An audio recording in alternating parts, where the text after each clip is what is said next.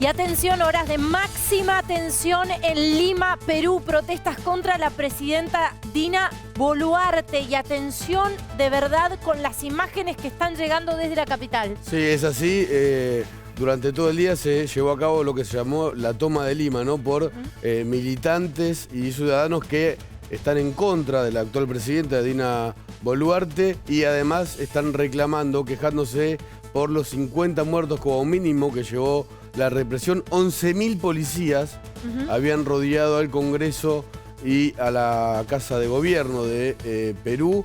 Lo que estamos viendo es un incendio de dimensiones importantes, ¿no? Así es, esta es la imagen que está llegando, imágenes en vivo de Lima, Perú, mientras por supuesto tratamos de contactarnos con personas en el lugar, pero vamos actualizando los datos. Como bien decías vos, Nico, esto se da luego de un mes y medio de una escalada de tensión y de una inestabilidad política, de una crisis de gobernabilidad que, vamos a decirlo, ha asignado el presente de Perú, pero también los últimos años de ese país. Esto se desata, recuerden ustedes, a partir de que a principios de diciembre de 2022, del año pasado, el propio presidente Pedro Castillo inicia una suerte de golpe, ¿no? Intentando disolver el Congreso. Un golpe, ¿no? Es un golpe institucional. Y bueno, esto termina pasando con Dina Boluarte en la presidencia y muchos sectores con mucho descontento y te diría con una enorme crisis de representatividad política que ya se había expresado en las elecciones que llevaron al propio Pedro Castillo a la presidencia, que si uno pasa en limpio esos porcentajes, eran realmente muy magros, lo cual delataba un escenario de mucha complejidad política, mucha inestabilidad en Perú, y esto es lo que está pasando, fuego en medio de las protestas, de lo que se conoce como la toma de Lima, ¿no? Sí, Pedro Castillo había utilizado una herramienta legal, ¿no? Para intentar disolver el Parlamento que había instaurado en su momento Alberto Fujimori. Parecía que no tenía apoyo, por lo menos de la población, cuando él llevó a cabo esta especie de golpe. Renunciaron primero sus ministros. Entiendo que Dina Boluarte era su vicepresidenta, ¿no? Quedó al mando. Hay toda una polémica sobre cuándo tienen que ser las elecciones en Perú, pero con el paso de los días los militantes de Castillo, que viene de una zona rural, empezaron, ¿no?, a manifestarse cada vez más fuerte hasta llegar a provocar, no ellos, sino el conflicto, ¿no? En total, y la represión de la policía, más de 50 muertos.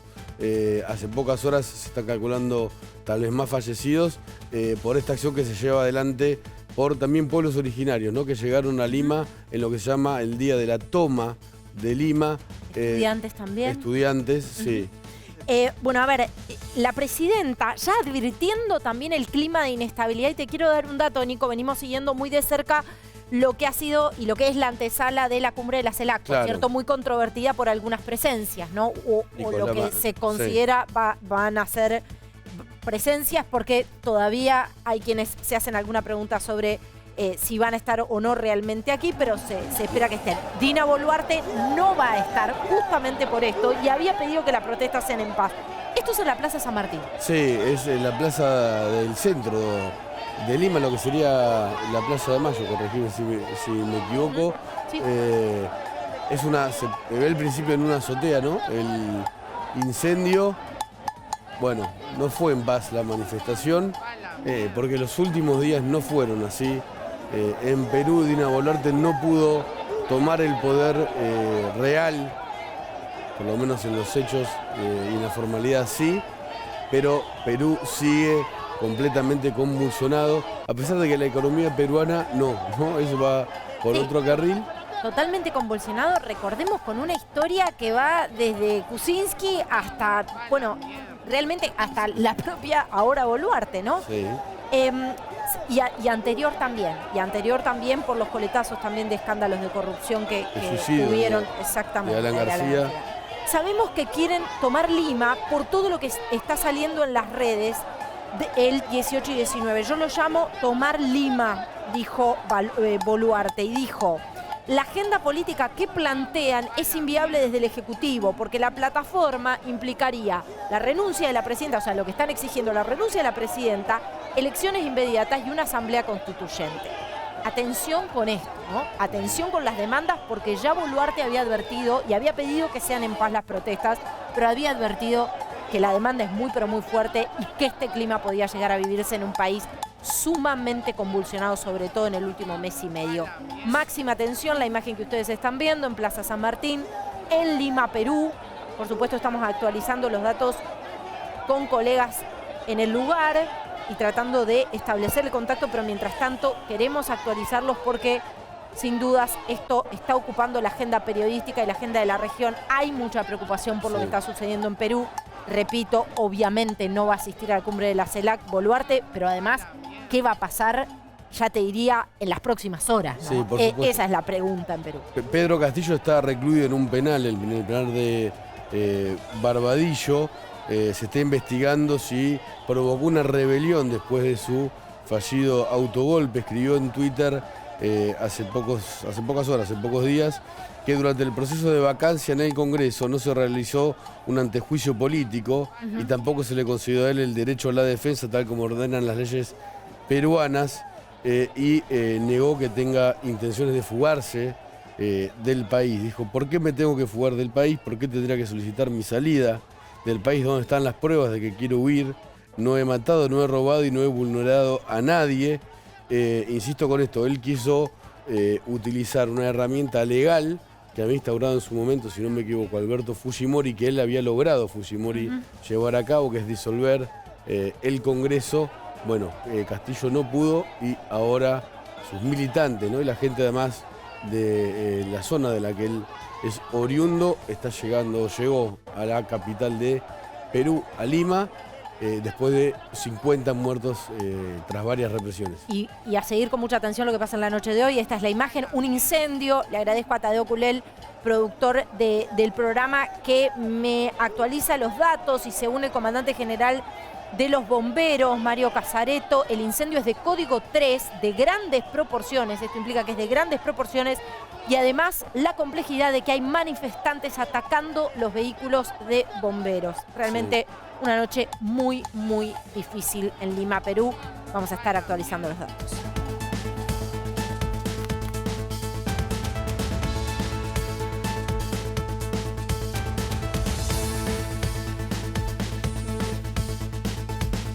Vamos a seguir, como decía Caro, informando lo que pasa en Perú, que ya marcó además algunas diferencias entre Lula y el resto de los presidentes de Latinoamérica.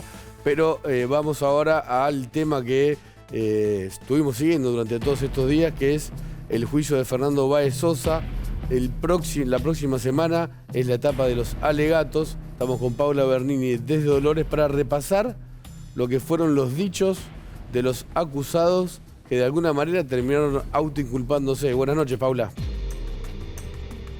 ¿Cómo les va, Nico, Caro? Y la verdad es que sí, que testimonios que ellos dieron, no podemos decir que fueron declaraciones que nosotros esperábamos, pero sí son declaraciones, porque más allá de lo escueto tal vez de lo que dijeron, son declaraciones, y declaraciones que quedaron asentadas en el tribunal, declaraciones que quedaron firmemente y que por supuesto la va a usar Fernando Burlando, o sea, todo el equipo de los particulares damnificados y también la Fiscalía. Porque mucho de lo que dijeron ellos, hay videos que los contradicen. Recordemos algo, vos como imputado, vos como acusado, podés mentir, podés omitir, no tenés por qué culparte, no tenés por qué ubicarte, no tenés por qué darle información a la justicia.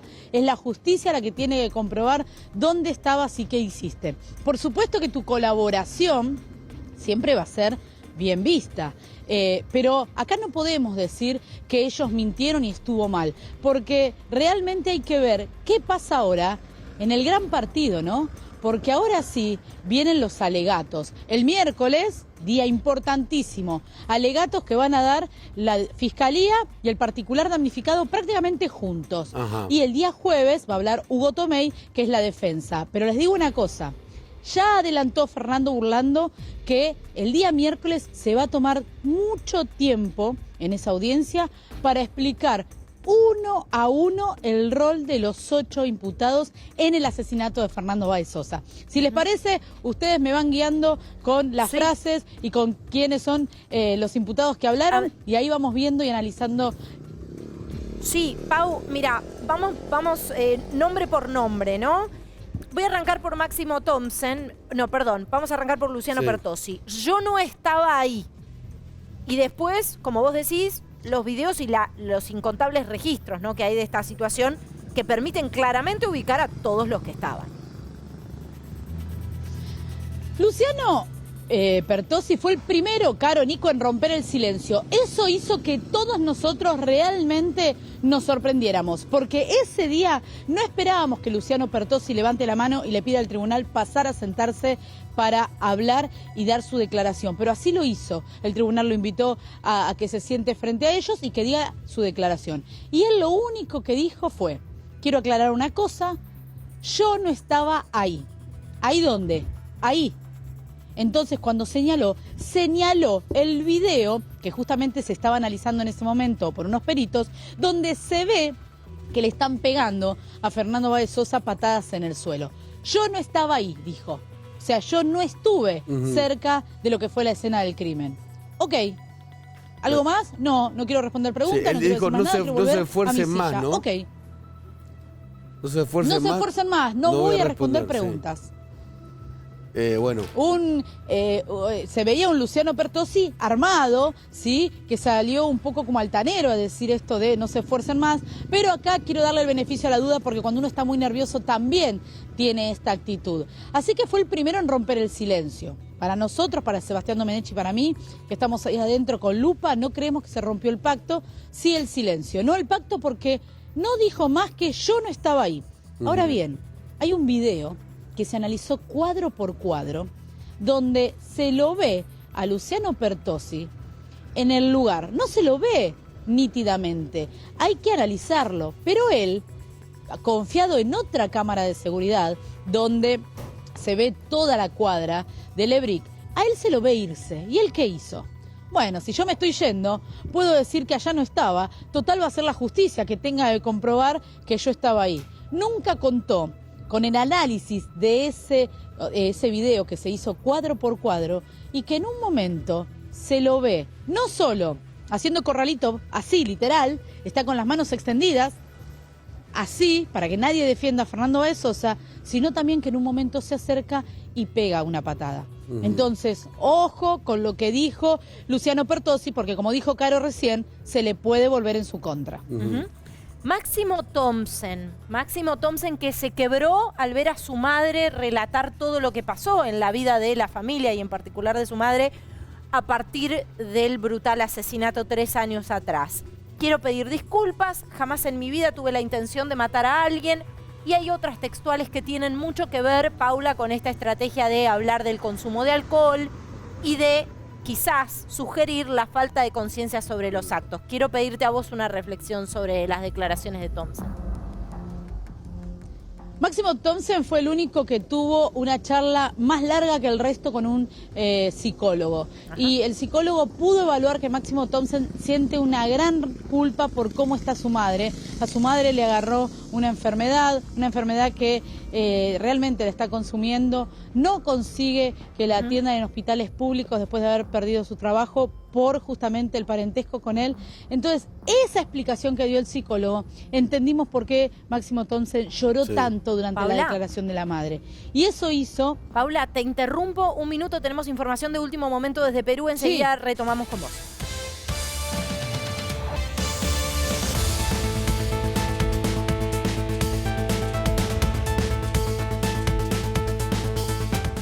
Habla Dina Boluarte, presidenta de Perú. Todo el movimiento de estas marchas de protesta, cargadas en algunos puntos de violencia. También quiero solidarizarme con aquellos hombres y mujeres de prensa que hoy han sido agredidos. Eso no es una marcha de protesta pacífica. Los actos de violencia generados a lo largo de estos días de diciembre y ahora en enero no quedarán impunes. El gobierno actuará dentro del marco de la Constitución y las leyes que ampara de manera estricta y firme. Nuestra Dirección Nacional de Inteligencia está actuando con la firmeza que corresponde y prontamente estaremos, junto con la Fiscalía, verificando y abriendo las carpetas fiscales de aquellas personas que estén generando actos de violencia, destrozos de la propiedad privada y del Estado.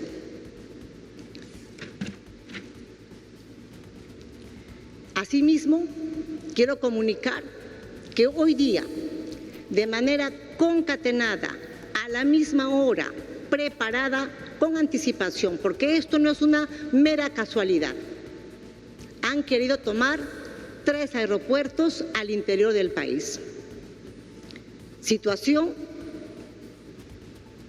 que ya, por el informe que tenemos, esto ha sido preparado con premeditación, con suma anticipación y reitero, todo el rigor de la ley caerá sobre aquellas personas que están cometiendo estos actos delincuenciales, de vandalismo, que no lo vamos a permitir. Nuevamente, al pueblo peruano, a las hermanas y hermanos que sí quieren trabajar en paz, que sí quieren llevar el ingreso a sus hogares para sostener sus familias, a ellas les digo, y también a los que están generando estos actos de protesta, a los que se han trasladado de las provincias a la capital, no me voy a cansar de llamarlos al buen diálogo. No me voy a cansar de decirles, trabajemos en la mirada que el país necesita, la solución de agua, salud, educación, el tema de la agricultura, el tema de cuidar a los alpacos, la zona ganadera, más puentes, más carreteras, que nuestros niños empiecen en marzo con internet. A los que están marchando diariamente, ¿quién los financia? Porque no están trabajando y qué dinero están llevando a sus hogares. ¿Por qué están abandonando sus familias para salir a la calle a protestar? Y en sus protestas no hay ninguna agenda social que el país necesita. En sus protestas son cosas que ustedes saben, están al margen de la ley. Ustedes quieren quebrar el Estado de Derecho. Ustedes quieren generar caos y desorden y para dentro de ese caos y desorden tomar el poder de la nación. Están equivocados. Desde el gobierno le decimos al pueblo peruano, la situación está controlada y estará controlada porque sabemos que estos señores no van a cesar en su propósito de quebrar el Estado de Derecho. Pero también les decimos que actuaremos con todo el peso de la ley y estaremos y estamos individualizando a estos malos ciudadanos que están generando actos de violencia. Aprovecho también, señoras y señores, hermanas y hermanos que queremos vivir en paz, en orden y en calma, para desmentir las noticias falsas que han estado invadiendo todas las redes. El gobierno está firme y su gabinete más unido que nunca. Nuevamente, llamo al diálogo, llamo a la calma, a aquellos líderes políticos que están llamando a estas marchas de protesta, tengan una mirada de país más sincera, más objetiva, más hermanada, y conversemos y dialoguemos para traer la calma, la paz, la unidad y el desarrollo de la patria. Muchas gracias y buenas noches. Voy a dar el micrófono al Premier, al jefe del gabinete. Muchas gracias. Muchísimas gracias. Muy buenas noches. Yo quería brevemente lamentar los acontecimientos. Quieren generar caos y desorden hablando, además, sin dar ningún indicio de querer dar el brazo a torcer en las demandas, ¿no? Sí. Claramente, una de las demandas es la propia renuncia de Dina Boluarte, ¿no? Sí. Pero fíjate vos, además, las imágenes de lo que ha sido esta protesta con el fuego, ese incendio de gran dimensión. Y quiero ir a la imagen porque realmente lo está alertando el propio cuerpo de bomberos allí. Es un incendio de gran dimensión con la complejidad de que al parecer hay manifestantes obstruyendo, según la información que nos llega, el paso de algunos vehículos de bomberos. Sí, el ministro de Defensa de Perú decretó 30 días de estado de emergencia en todo el país. Hay 11.800 policías ahora en las calles de Lima, con 120 camionetas, 49 vehículos de las Fuerzas Armadas. Está el ejército en la calle y, como lo acaba de decir la presidenta Boluarte, agentes de inteligencia, dijo porque ella lo mencionó así, tratando de identificar a quienes están provocando desmanes. La verdad que es como un discurso ambivalente. Por un lado convoca al diálogo, por el otro lado dice que hay gente financiando esta especie de complot en su contra, y además informó algo que ya se sabía, pero bueno, oficialmente, que se intentaron tomar hoy el aeropuerto de Cusco, de Arequipa, donde murió uno de los manifestantes, y el aeropuerto de Puno. El aeropuerto de Arequipa, como mínimo, frenó su operatividad. Es grave, ¿no?, lo que está pasando en Perú. El discurso de Dina Boluarte parece, digamos, mantenerse en lo que ella viene haciendo hasta ahora, ¿no?, con firmeza, rechazar las protestas que además se iniciaron después del entierro, entiendo, de 17 manifestantes que fueron asesinados por las fuerzas de seguridad en su momento. Van 50 muertos. No se sabe bien a quién le habla tampoco, ¿no? Bueno, por un lado habla de sectores que buscan generar caos, pero por otro lado hace una convocatoria abierta, porque claro, el descontento es generalizado, pero dentro de quienes están profundamente, te diría, es más que desencantados, en una crisis total, y repito, de representatividad en Perú, son sectores muy diversos entre sí. Entonces claro, me parece que les está hablando a distintos sectores, ¿no? A algunos señalándolos como vándalos, básicamente. Pero a otros invitándolos, y dice una y otra vez, no me voy a cansar de invitarlos al diálogo para discutir los problemas de Perú. Pero atención con cuánto se puede sostener esta situación en un país que realmente está en una crisis institucional mayúscula, ¿no? Sí. Más allá de lo que vos decías, de algunas variables que han mantenido cierta estabilidad en el aspecto económico, la inestabilidad institucional de Perú en estos años es muy, pero muy alarmante. Sí, el presidente hasta hace poco tiempo está detenido. Pedro Castillo. Pedro Castillo. Y bueno, Dina Boluarte, tomó el poder, pero de una manera muy frágil. En su momento parecía que Pedro Castillo no iba a tener el apoyo de la ciudadanía, porque intentó generar un autogolpe. Insisto con esto, usando una herramienta legal para disolver el Congreso que en su momento usó con éxito Alberto Fujimori, lo cual no significa que esto sea efectivo ni democrático, pero bueno, esto terminó generando esta concatenación de enojo y bronca, sobre todo por la represión del Estado a quienes protestaban, ¿no? Hubo mucha movilización desde el sur del país, que es la zona en la que nació Pedro Castillo, que fueron acampando en campos universitarios hasta empezar hoy la toma de Lima, con una Lima blindada, ¿no? 11.800 policías, es un ejército. Sí, Nico, pero también y además, muy masiva la movilización. Absolutamente o masiva, con mucha gente la movilización. Atención con la información sobre el incendio. No está claro quién cómo se inicia el incendio, ¿no? Porque, claro, se generaron serios incidentes entre la policía y los manifestantes, la fuerza de seguridad y los manifestantes, que repetimos son muchos.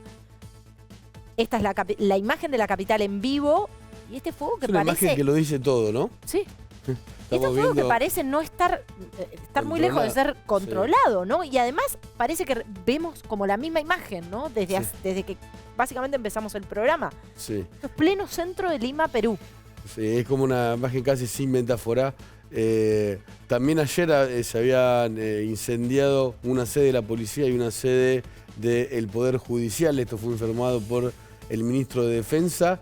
Y lo que dijo también la presidenta Dina Boluarte es que el ataque a 3 aeropuertos fue premeditado, hecho al mismo tiempo. Esto hay que ver si efectivamente es así. Atacar un aeropuerto es de una operación de una complejidad importante. Arequipa, el aeropuerto de Arequipa, por lo menos ese aeropuerto dejó de funcionar por el ataque de los manifestantes. O sea que en varias zonas ya desde ayer en el Perú están estas protestas que sí, no son pacíficas, porque además los manifestantes reclaman sobre todo que se vaya Boluarte del poder, que se convoque la Asamblea Constituyente, y mucho de este caos fue generado después de las 50 muertes por la represión de la policía desde que Castillo dejó de ser el presidente de la nación de ese país, ¿no? O sea, estamos hablando de una cronología que empieza el 7 de diciembre, ¿no? El 7 de diciembre, cuando Castillo, usando no sé si es un decreto, la verdad que se me escapa a mí, un instrumento que sí consta en la Constitución, intenta disolver el Parlamento y todos los ministros le quitan el apoyo, ¿no?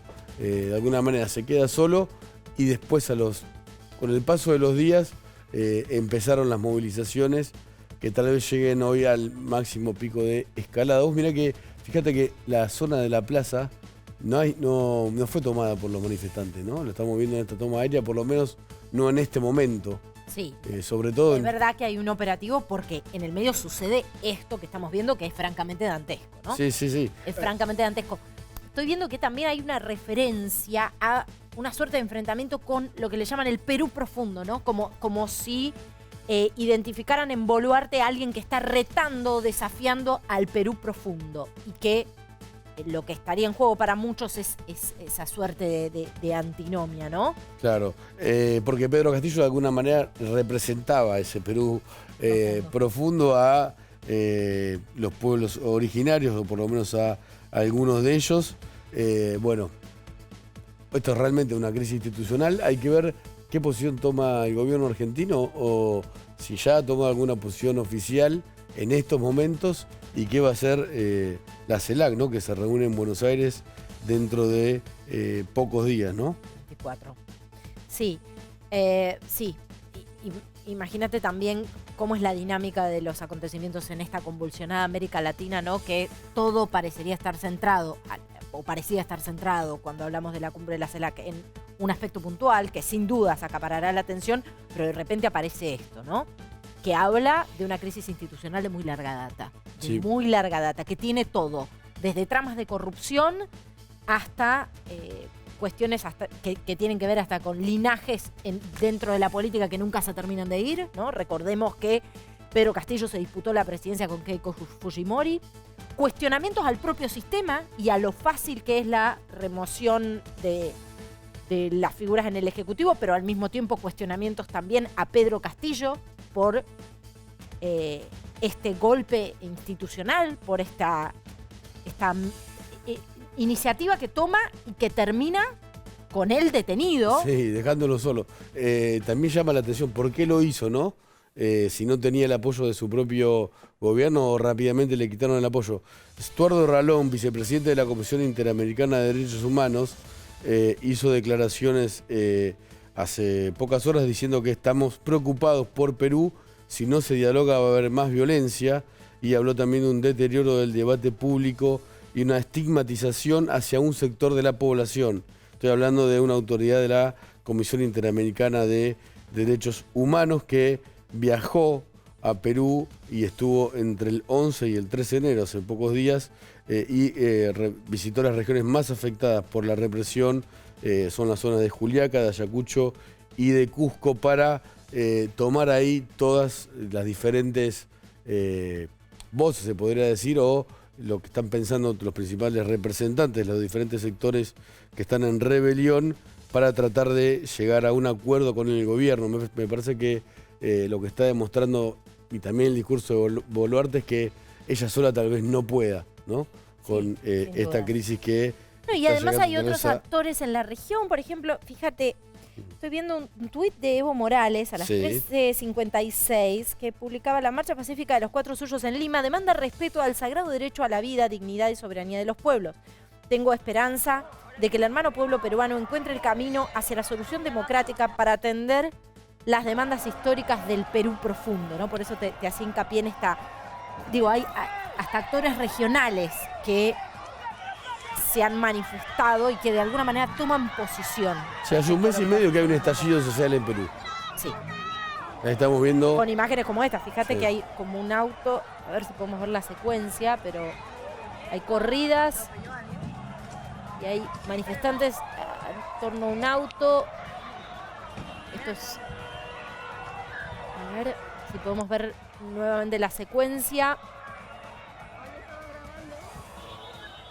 Por supuesto que todos estos estallidos se dan además con un registro en tiempo real prácticamente y con las redes sociales permitiéndonos acceder a las imágenes de estas manifestaciones y de una noche tremenda en Lima, Perú. 11.800 policías fueron asignados a custodiar la ciudad de Lima para intentar frenar esta movilización que parece no ha sido, por lo menos no ha sido podido ser disuadida. Perdón, al parecer en la secuencia que estamos viendo hay un vehículo que atropella o intenta embestir a algunas de las personas que estaban allí. Sí, bueno, el caos que sigue en Lima, Perú, después de un mes y medio de el autogolpe que intentó generar Pedro Castillo y no ha podido generarlo. Quedó a cargo su vicepresidenta, que llama al diálogo sin poder tener, o por lo menos no poder identificar a qué representante, siquiera de la oposición o alguno de los sectores, está convocando a dialogar, ¿no? Claro, es que la disidencia es muy diversa y atención con esto que decíamos, ¿no? De otros actores regionales, ¿no?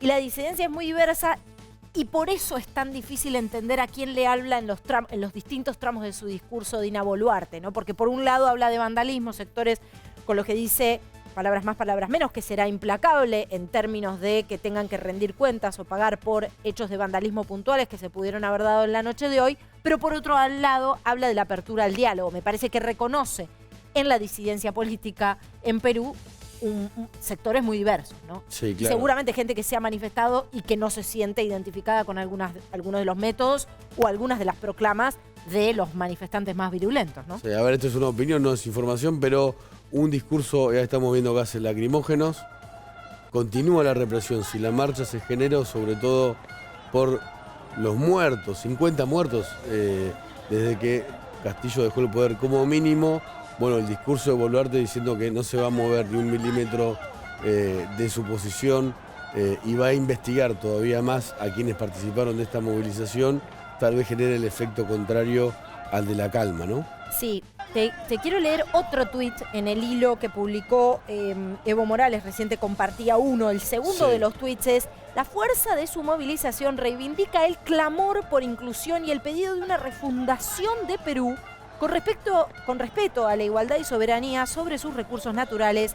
El camino de los pueblos libres hacia su liberación es incontenible e irreversible. Atención con este Morales. apoyo, Sí. claro, tan contundente, porque además Dina Boluarte, cuando habla de el intento de toma de 3 aeropuertos, de lo que está hablando es de algo planificado, Sí. ¿no? De que aquí hubo una toma planificada, si se quiere, ¿no? A ver, está denunciando un golpe de Estado, ¿no? Sí, claro. Buscaron generar caos para tomar el poder, dice Dina Boluarte. Para tomar el poder de la nación. ¿Sí? Claro. Dijo que hay agentes de inteligencia en las calles tratando de identificar, quiénes son los principales actores de este caos. Entiendo que Evo Morales con esas declaraciones se está haciendo cargo de tal vez algún tipo de apoyo y de acción. No sé si él tiene el poder para promoverla, pero está generando eso, es un apoyo directamente explícito. Recordemos, son tweets de hoy a las 13:56. Publicados hoy a las 13:56. Evo Morales que va a venir, ¿no? A la reunión de la CELAC, por lo menos es lo que anunció. Bueno, viene muy a menudo, ¿no? Recientemente también, un viaje muy controvertido. Creo que le van próximamente hacer un homenaje desde cierto sector político. Recordemos que cuando fueron aquellos días tan convulsionados en Bolivia, en cuyo momento pudimos estar, recuerdo, en La Paz, bueno, Evo Morales vino aquí a la Argentina cuando se produce su salida del poder y esa convulsión tan fuerte en las calles de Bolivia, en particular de La Paz, ¿no? Un refugiado político, se podría decir así, ¿no? Apoyado por el presidente Alberto Fernández. Bueno, hay quienes discutirían la utilización de esa terminología, ¿no? Pero es la que usó el oficialismo en la Argentina. Es la que usó el oficialismo en la Argentina, claro. Y va a ser, entiendo que, homenajeado Evo Morales en la ciudad de Avellaneda, de Jorge Ferraresi, o el intendente Ferraresi, un ultracristinista, ¿no? Seguimos viendo ahora, sí están actuando los bomberos en el incendio, a pocas cuadras de la plaza principal de Lima.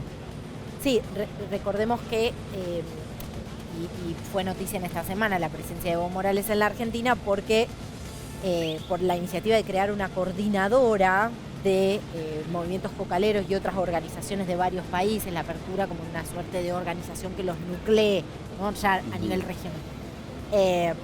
Bueno, esto fue controvertido, ¿no? Recuerdo haber hablado días atrás con colegas en Bolivia que estaban mirando muy de cerca también la repercusión que esto tenía en la Argentina. Digo esto porque las declaraciones de Evo en apoyo a las movilizaciones en Perú también se dan en este contexto. Sí, en el contexto también de crisis en Bolivia, ¿no? De una enorme crisis política en Bolivia, en particular en Santa Cruz de la Sierra. Sí. Bueno, seguimos viendo lo que es el incendio en las adyacencias de la Casa de Gobierno, cerca de la Casa de Gobierno de Perú, en medio de esta crisis con final obviamente abierto. Pero ya con una imagen trágica, ¿no? Sí, no, va a haber 50 muertos. Es terrible. 50 muertos ya con un saldo mínimo, muy trágico. Sí, y una presidenta que parece no tener control de todo el país, ¿no? Es difícil la política en Perú, pero así como ella dijo que fue una acción concatenada, la toma de 3 aeropuertos, bueno, las fuerzas de seguridad o de inteligencia tal vez le tendrían que haber advertido que esto podía pasar, tal vez lo hicieron y ella no pudo detenerlo. Su discurso de hoy estaba anunciado, habló a las 9 de la noche de ese país, también lo que habla de una situación de cierta zozobra, ¿no? Porque cuando hay una manifestación de este estilo y el presidente anuncia que va a hablar a determinada hora, bueno, nada, no es una situación de normalidad. Absolutamente. Dina Boluarte entonces habló. Vamos a seguir de cerca lo que sucede en Lima, Perú, actualizando la información, como ustedes ven, las imágenes de este incendio en pleno centro de la capital peruana. Bueno, ¿volvemos a la Argentina? Sí, volvamos a la paz, a la calma y a la armonía. Bueno, no sé si tanta calma. Claudio Suchovicki, ¿cómo estamos? Placer saludarlos. ¿Cómo andás? Placer. Feliz año, porque yo no te estoy viendo ahora. Caro Moroso, Claudio Suchovicki. Pero por favor. Está bien olvidado. Exactamente. ¿Qué ha pasado en estos días con los 1.000 millones, con los famosos 1.000 millones? Expliquemos la noticia como ATP y después entendamos la letra chica de lo que pasó. Sí, un buen resumen sería que pasó de todo, Ajá. como siempre, Ajá. la diferencia es que cada vez más rápido. Pero vamos al primer punto, los 1.000 millones, la recompra de deuda argentina, no me parece una mala medida, me parece una medida desde el lado financiero bastante interesante. Perdón, es una medida que tomó Massa, el ministro de Economía, de forma sorpresiva ayer, ¿no? No sé si tan sorpresiva, porque vienen comprando bonos. Es un instrumento que se utiliza habitualmente y que tiene cierta lógica. Vamos a suponer, Nico, que vos tenés cheques que le pagaste con cheques tuyos a un tercero y esos cheques están cotizando al 25% de su valor. Ajá, estoy devaluadísimo. Vos podés decir, estás devaluadísimo. Sí. Una manera de levantar tu imagen es, así que yo valgo 25, ven y te los compro. Ajá. Entonces, comprando 25, tengo un poder de compra de 4 veces, porque vale 4 veces más. Entonces, 1.000 millones tienen un poder de compra de 3.000 millones en ese punto. Entonces, es una medida donde vos estás dando muestra de que confías en vos mismo y recompras tu propia deuda que nadie quiere. Desde el punto de vista financiero yo lo tomo como una medida lógica y que en el fondo estás rescatando deuda cara. Punto. ¿Desendeuda al país esto? No. Cambia de acreedor. Simplemente cambia de acreedor. Porque vos para usar estos 1.000 millones, para comprar esta deuda, lo tenés que sacar de algún lado. Sí. ¿De dónde lo vas a sacar? Y si no hay dólares, pueden decir algunos. El primer punto es, algún otro lo va a financiar. Si vas a usar dólares genuinos, lo va a financiar el importador entonces, que va a recibir menos dólares. Alguien dijo ahí, no, ¿sabes qué? ¿Sabes qué? Lo que pasó es lo siguiente. Nosotros teníamos presupuestado que Argentina tenía presupuestado que iba a gastar en importación de energía 10. Y como bajó mucho el precio del gas, incluso casi a los niveles preguerra, bueno, el presupuesto presupuestamos más porque vamos a gastar menos. Entonces lo que ahorramos ahí lo vamos a usar. También es una falacia, porque en el fondo es, perdón, voy a hacer algo muy antiguo, pero me hace acordar a mi viejo cuando le decía, a mi vieja le decía a mi viejo, me compré este vestido, no sabes la plata que ahorré hoy, me iba a comprar este vestido que valía 1.000 pesos y al final me compré este que vale 800, me ahorré 200 pesos. Sí. Mi viejo decía, bueno, gastaste 800, o sea, claro. En el punto es, me estás diciendo con un ahorro y bueno, y al mismo tiempo yo podría decirle, bueno, pero vas a tener mucho menos ingresos por la sequía, por esto, por esto. Entonces, pero ¿por qué? ¿Cuál es el objetivo de Massa? En principio es que frene la baja del riesgo país porque el gobierno necesita seguir tomando deuda. Entonces, si yo tengo bonos que van al 25% de paridad y necesito seguir emitiendo bonos, este riesgo país muy alto hace que cada vez le pidas más plata para prestarle. Es como... ¿Pero esta alcanza para darte crédito? No, ese es el segundo punto. Estamos hablando tranquilos, ¿para qué esa pregunta difícil? No, Perdón. No. Vine descansado. Vamos a ponerlo en contexto. 1.000 millones de dólares. ¿Qué representan en la deuda argentina? Argentina debe 379.000 millones de dólares. En bonos son cerca de 130.000 millones de dólares. Porque nosotros debemos al fondo, la deuda en pesos, las letras a los bancos, bla, bla, bla. En bonos, en estos bonos, hay 120.000 millones de dólares, 130.000. De los cuales, en los bonos que va a recomprar, o que está recomprando el gobierno, son 63.000 millones. 1.000 millones en 63.000 es, pero poco, es nada. Entonces, ¿logró calmar el riesgo país? Sí, por un día. ¿Logró contener el tipo de cambio contado con liquidación? Sí, por un día. Porque la noticia, la medida no es ilógica, está bien recomprar tu deuda que más rinde en el mercado y es mostrar alguna voluntad de pago. Recién tomaron otra medida bastante interesante también y novedosa. A ver. Que es interesante, va a ser muy complicado explicarla, pero generaron que los plazos fijos puedan ser transferibles y divisibles. Quiere decir, los electrónicos. Te lo puedo pasar. Claro, yo hice un plazo fijo por 90 días, plazo fijo UVA, y mi cuestionamiento era, 90 días en Argentina, andás a ver lo que va a pasar en 90 días. Argentina, Latinoamérica, después de lo que es una eternidad hoy. Entonces, bueno, si vos me das la posibilidad de que yo mañana me arrepiento, perdiendo plata quizás porque lo venda por debajo, pueda deshacer de ese plazo fijo, me dan ganas de invertir a 90 días y sé que al otro día lo puedo vender. O puedo vender una parte porque necesito plata, lo puedo hacer divisible. Está bien, es para incentivar darle a la liquidez gente, a ese plazo fijo. A que la gente tome más plazos fijos, no tanto que los que tengan lo vendan. ¿Por qué? Y ahí estás mostrando la hilacha. ¿Qué es lo que está buscando? Financiamiento. ¿Por qué? Porque no estamos resolviendo el problema central. Lo único que necesito es darle más ventaja al que me presta porque ya no me prestaba en estas condiciones. ¿Por qué? Porque nadie está dispuesto a financiar un déficit fiscal que vos ves que no estás haciendo mucho para arreglarlo. O que empieza a... ¿No está haciendo un ajuste? Sí, tenés razón. Está bajando el déficit fiscal porque está haciendo un ajuste. Y lo discutimos la otra vez y necesito volver a reafirmarlo. No está haciendo un ajuste el gobierno. Lo está haciendo el jubilado, lo está haciendo el empleado público, lo está haciendo el que le están licuando el salario, la mayoría de los que trabajan acá, etc. Entonces, sí hay un ajuste. Pero ese ajuste, ¿qué trae? Menos consumo. Ese menos consumo, ¿qué va a traer? Aumento de la recesión. Ese aumento de la recesión va a traer más complejidad política. Entonces, para resolver un problema... Perdóname, pero no es que enfriás y por ahí tiene un coletazo en la inflación o el control, porque lo que tenés es más un escenario de estanflación, de estancamiento o de economía fría y de... en una inflación muy alta, claro, que deteriora tu salario y sin señales de precio. Porque si yo te digo que el dólar oficial vale 180 y el otro vale el contado con liquidación 340 y el blue 375... no tenés referencia de precios. Ajá. Si yo te digo que necesitas un subsidio para un lado y Ahora, sí. No, por favor, usted. Ahora, los precios justos, ¿no? Que tuvieron toda esta polémica con la intervención de camioneros y piqueteros. Igualmente se están sumando más sectores empresariales. El textil y... ¿Por qué pasa eso?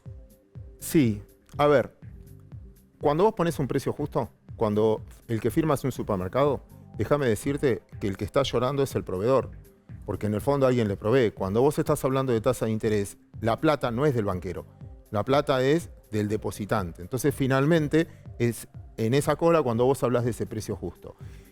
Es una definición, ¿es justo? No es justo, depende. Empecemos, ¿cuánto vale el talento de tener una marca?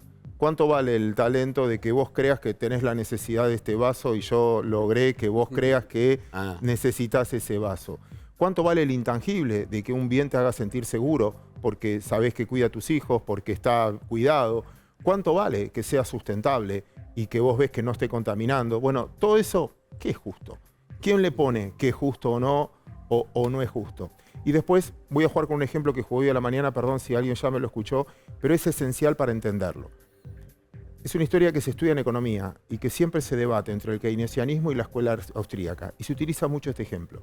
Cuando vos pones un precio justo, un subsidio a la energía, es que le estás sacando a uno para subsidiar a otros, que lo necesitan, no discutimos eso, pero está generando algo artificial. El ejemplo es el siguiente. Vamos a suponer que hay una panadería y yo artificialmente le rompo de un piedrazo la vidriera al panadero. ¿El panadero qué va a tener que hacer? Cambiar el vidrio. Sí. Y eso le va a dar laburo al vidriero. ¿Y el vidriero qué va a tener que hacer? Transportarse para llevar el vidrio. Y como no puede volver a la casa hasta que se enfría, va a comer en el almacén que está en la cuadra. Le estás dando laburo al almacenero y el almacenero al proveedor. Entonces está generando demanda artificial. Esto es generar, romper para después construir. Bueno, esa demanda artificial inevitablemente le estás arruinando la vida a otro. Porque el panadero justo se iba a cambiar el traje. ¿Y sabes qué? Como tuvo que cambiar el vidrio, no se cambió el traje. Y el que le iba a cambiar el traje, comprar las telas, se quedó sin vender. Y el almacenero que le vendía donde se fabricaba el traje, ese día se quedó sin vender. Cuando vos pones un precio justo, es para un lado del mostrador, pero del otro hay alguien que lo está pagando. Lo único que está haciendo Argentina, te diría en los últimos años, es una transferencia de riqueza. No está generando riqueza nueva. Yo creo que la discusión en Latinoamérica ya no es solo institucional, es social. Porque en el fondo lo que estás discutiendo en Perú, en Bolivia, en lo que fuera, no es generar nueva riqueza y generar es... ¿Por qué vos tenés corbata y yo no? Sí. Y ahora Ahí ¿quién le está. toca perder, digamos? Por suerte, pero vos te resignaste una vez y me la diste. Y ahora, che, este pibe es fácil. ¿Por qué vos podés una camisa blanca? Bueno, no.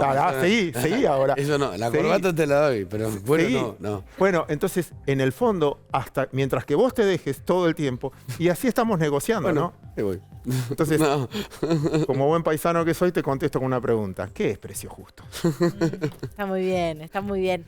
Ay, Claudio Suchovicki, ¿cómo extrañábamos la inteligencia de Claudio Suchovicki para explicar lo complejo Casi en me esta hace sacar la Argentina camisa. laberíntica? Bueno, antes del striptease de Winiaki hacemos el primer parpadeo en Bella y Bestia y ya venimos.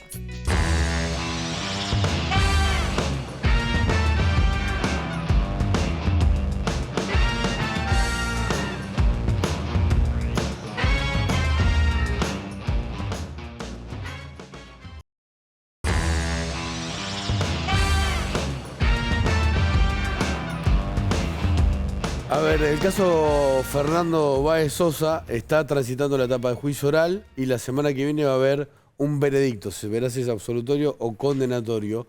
Pero hay muchos otros casos donde ni siquiera se llegó a esa instancia, ¿no, Caro? Así es, y queremos recordar a 17 años de su muerte el caso de Ariel Malvino. ¿Recuerdan ustedes? Un joven de 23 años asesinado en Ferrugem, en Brasil. Los señalados como victimarios, ahí veían ustedes la foto de ellos en pantalla, son, y quiero señalar los nombres, Eduardo Braun Billinghurst, Horacio Pozo, Carlos Andrés Gallino Yancy, fueron señalados por los testigos. Hubo uno de ellos que buscó, cuando ya lo habían golpeado y estaba en el piso, Ariel, buscó una piedra de más de 17 kilos. La brutalidad del ataque fue realmente atroz y se habló mucho en su momento, y es interesante rastrear también las historias familiares. Las genealogías. Exacto, las genealogías, sí, exactamente, esa es la palabra, porque se habló mucho de un crimen perpetrado por hijos del poder, impune, hasta hoy, y por supuesto no nos olvidamos de Ariel Malvino ni de su familia, a la que abrazamos desde aquí. Me ha tocado entrevistar 3 años atrás, cuando se daba el brutal asesinato de Fernando Báez Sosa. Me ha tocado entrevistar a su padre, Alberto Malvino, una persona entrañable. Un abrazo a él, a su esposa Patricia y a su hijo Luca. Los supuestos asesinos eran argentinos, aunque fue en Brasil. Así es, así es. Y demoras, Nico, demoras que tenían que ver, por ejemplo, con traducciones. Eso sí. Recordemos testigos que hablaban portugués, o al revés, ¿no? Pero, digo, traducciones, ¿no? Estamos hablando portugués, español, portugués, ¿no? Estamos hablando de 7 para años. garantizar impunidad. Suenan a rebusques para garantizar impunidad. 17 años. Nico. 17 años sucedió el 19 de enero del año 2006. Fernando Woll era amigo de Ariel Malvino y por supuesto queríamos en ocasión de este recuerdo primero saludarte y agradecerte por tomarte este tiempo para charlar con nosotros y preguntarte qué recordás vos de aquella noche hace 17 años atrás. Hola, ¿cómo andan? Espero que estén bien, Nico y Caro. Gracias por el llamado y también por recordar el caso de Ariel, ¿no? La verdad que, como ustedes decían, ya pasaron 17 años. Creo que todavía, por cómo viene la cosa, van a seguir pasando más años. La verdad que es algo tremendo. Tanto nosotros como la familia todavía no entendemos cómo sigue la impunidad, ¿no? Bueno, también con lo que pasó con Fernando Báez Sosa, que es un caso bastante similar, ¿no? Bueno, aquella noche la verdad que fue ya hace mucho tiempo. Para los que conocen Ferrugem, el centro es un lugar muy chiquito, es como si fuera justamente Villa Gesell o incluso más chiquito, donde la actividad, digamos, juvenil se daba en la calle. Justamente estábamos todos en la calle, repartidos en esas cuadras que serían 5 o 6 cuadras. Y bueno, estos chicos se empiezan a pelear, donde, bueno, justamente también Ariel estaba en el medio de cuando se arma esta pelea, y bueno, por un comentario, digamos, para apaciguar la situación, porque éramos todos chicos, digamos, ¿no? Ya ahora tenemos casi 40 años, claro. Pero en ese momento teníamos 20. Así que bueno, por ese comentario pasó lo que pasó. Y bueno, después vino todo lo que todos ya sabemos. Así que bueno. A ver, Fernando, te pido disculpas sí. que te interrumpí, nos quedan los minutos finales y no te quiero dejar de hacer esta pregunta porque recién hablábamos de los señalados como victimarios. ¿Vos creés que es un crimen que involucró a hijos del poder y que los 17 años de impunidad tienen que ver con eso? ¿Con los nexos que tenían las familias de los acusados con el poder político y que tienen? Bueno, en ese momento, cuando pasó lo que pasó, las familias, no sé si todas o de alguno de estos chicos que ahora también son adultos como nosotros, estaban vinculados con el poder. Entiendo que hoy también siguen vinculados, quizás en otros lugares opuestos. Pero bueno, seguramente que eso de alguna forma también ayuda a que, bueno, que hoy siga como está, ¿no? Y también el tema, como ustedes decían antes, traducciones que, como, no sé, si estarían traduciéndolo al chino, porque la verdad que es increíble que tarden tanto tiempo para traducir algo cuando debería ser algo, entre comillas, sencillo. Más con toda la tecnología, si querés, que hay hoy, que siga tardando tanto tiempo me parece absurdo. Pero bueno, hay cosas que la verdad nosotros o las familias no podemos manejar. Te abrazamos, Fernando. Muchísimas gracias por tomarte este tiempo. Muchas gracias a ustedes y ojalá que pronto pase lo que tiene que pasar. Que sea justicia, claro que sí. Gracias, Fernando. Bueno, nos tenemos que ir a Sí. la próxima pausa y ya venimos con el cierre de Bella y Bestia. Quédate.